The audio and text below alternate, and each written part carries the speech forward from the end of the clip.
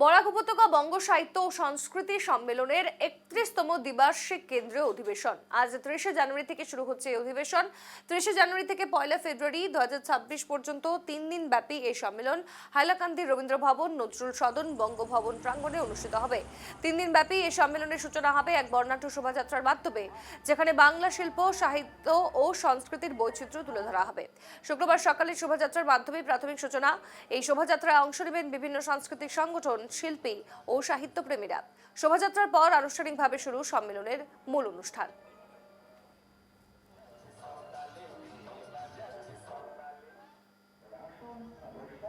সরাসরি যাব হাইলাকান্দির প্রতিনিধি নীলোৎপল দে আমাদের সঙ্গে যুক্ত হয়েছে। নীলোৎপল, বরাক উপত্যকার বঙ্গ সাহিত্য সংস্কৃতি সম্মেলনের এবার ৩১তম দ্বিবার্ষিক কেন্দ্রীয় অধিবেশন, কি কি থাকছে বা ৩ দিনের এই কর্মসূচিতে জানাও আমাদের বিস্তারিত। নিশ্চিতভাবে এই অধিবেশনের প্রধান অতিথি হচ্ছেন লীনা গাঙ্গুলি। উনি হচ্ছেন পশ্চিমবঙ্গের বিখ্যাত একজন চিত্রনাট্য এবং চলচ্চিত্র পরিচালক, এবং ইতিমধ্যে এই অধিবেশন দ্বিবার্ষিক অধিবেশন বরাক উপত্যকা বঙ্গ সাহিত্য সম্মেলনের ইতিমধ্যে শুরু হয়েছে সাংস্কৃতিক শোভাযাত্রার মাধ্যমে। আমরা সাংস্কৃতিক শোভাযাত্রাটা দেখানোর চেষ্টা করব। এখানে অনেক লোকের সমাগম ঘটেছেন যারা বাংলা ভাষাকে ভালোবাসেন, বাংলা সংস্কৃতিরা এগিয়ে যাক সে কথা চিন্তা করেন, এরকম লোক অনেক এখানে এগিয়ে এসছেন। স্কুলের ছাত্রছাত্রীরা আছে এবং এই অধিবেশন 3 দিনের একটি অধিবেশন এবং কেন্দ্রীয় দ্বিবার্ষিক অধিবেশন। এখানে প্রতিনিধি সভা হবে, এখানে আলোচনা সভা হবে এবং অনেক লোকসঙ্গীত, লোকনাট্য ইত্যাদি অনুষ্ঠিত হবে। ইতিমধ্যে অনেক লোকের সমাগম ঘটেছেন এবং এই সাংস্কৃতিক শোভাযাত্রার মাধ্যমে আমরা যদি শোভাযাত্রার মধ্যে যেতে পারি, আমরা শোভাযাত্রার মাধ্যমে এই শুরু হবে। আমাদের সঙ্গে এই আপনারা কি কি অনুষ্ঠান আজকে আছে? আজকে তো এখন তো শোভাযাত্রা চলছে, তারপরে হবে আমাদের সম্মেলনের পতাকা উত্তোলন, তারপরে শহীদদের প্রতি শ্রদ্ধাঞ্জলি নিবেদন, তারপরে হচ্ছে উদ্বোধনী অনুষ্ঠান, তারপরে প্রতিনিধি সম্মেলন, আর রাত্রিতে রয়েছে সাংস্কৃতিক মঞ্চ এবং লোকমঞ্চে, দুটোতেই অনুষ্ঠান রয়েছে এবং বিভিন্ন শিল্পীরা আসবেন, বিভিন্ন সাহিত্যিকরাও আসবেন, বিভিন্ন শিক্ষাবিদ এবং আমাদের আমন্ত্রিত যে প্রধান অতিথি এবং উদ্বোধক তারাও এসে পৌঁছে গেছেন। উদ্বোধক হিসাবে রয়েছেন লীনা গাঙ্গুলি, আর প্রধান অতিথি হিসেবে আসছেন মেঘালয় থেকে পদ্মশ্রী মানস চৌধুরী।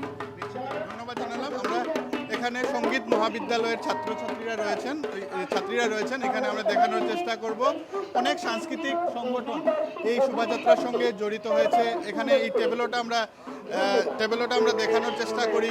এখানে এই স্কুলের ছাত্রছাত্রীরাও আছেন। অনুষ্ঠানটা দেখা গেছে যে একটা সুন্দর টেবিলও বেরিয়েছে এই উপলক্ষে, এবং বাংলার মাটি, বাংলার গান চলছে। নিশ্চয়ই সুন্দর পরিবেশ।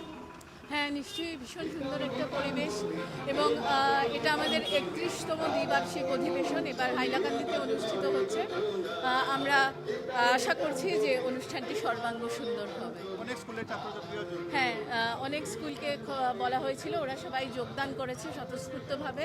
আমরা কর্তৃপক্ষকে আন্তরিক ধন্যবাদ জানাচ্ছি। আমরা টেবিলটা দেখানোর চেষ্টা করব। এখানে বরাক উপত্যকা বঙ্গ সাহিত্য সংস্কৃতি সম্মেলনের দ্বিবার্ষিক যে অধিবেশন, সেই অধিবেশন উপলক্ষে শোভাযাত্রার মাধ্যমে শুরু হয়েছে এবং স্কুলের ছাত্রছাত্রীরা অংশগ্রহণ করেছেন এবং সুন্দর এক পরিবেশে হাইলাকান্দি পুরো শহরেই পরিক্রমা করবে এবং বাংলা ভাষা, সাহিত্য এবং কৃষ্টি সংস্কৃতিকে যারা আমরা ধরে রাখতে পারি সেই স্লোগান নিয়েই বরাকবঙ্গের এই অধিবেশন।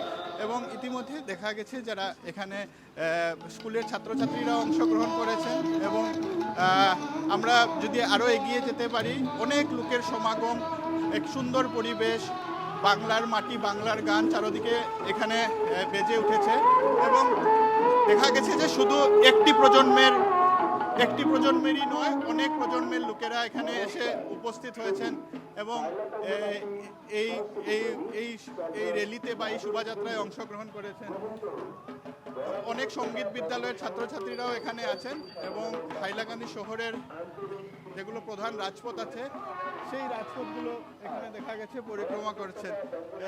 একজন কবি আছেন, ওনার কাছ থেকে জানতে চাই কিরকম পরিবেশ। খুব ভালো লাগছে, আমার পুরোনো জায়গায় ফিরে এসে ভীষণ ভালো লাগছে। প্রত্যেকবার এখানে আমি ছিলাম এবার কেন মিস করবো, এই জন্য আগে থেকে টিকিট কিনে রেখেছিলাম।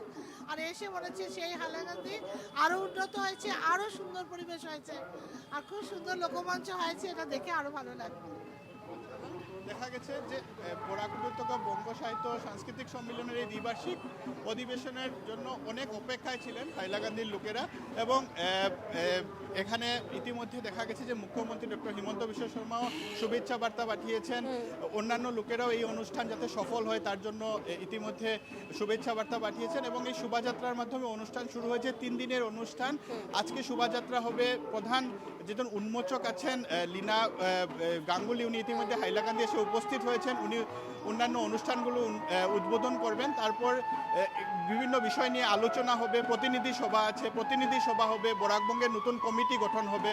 তো অনেক অনুষ্ঠান আছে। বলতে গেলে তারকার বা বাংলা সাহিত্যের সঙ্গে যারা জড়িত আছেন তাদের একটি হাট বসবে হাইলাকান্দিতে, এবং অনেক অনুষ্ঠানের মাধ্যমে আমরা যাতে বাংলা ভাষাকে এগিয়ে নিয়ে যেতে পারি সেদিকেই এই দৃষ্টি দেওয়ার জন্যই এই অধিবেশন হাইলাকান্দিতে অনুষ্ঠিত হচ্ছে। একেবারে স্বর্ণালী। বিনোদপল, অনেক ধন্যবাদ। সরাসরি তুমি আমাদের দেখালে। এই মুহূর্তে চলছে শোভাযাত্রা, এরপর পতাকা উত্তোলন, সারাদিন নানা ধরনের কর্মসূচি থাকছে, এবং 3 দিনের বরাক উপত্যকা বঙ্গ সাহিত্য সাংস্কৃতিক সম্মেলন প্রত্যেক বছরের মতো এই বছরও আয়োজন করা হয়েছে। ধন্যবাদ তোমায়।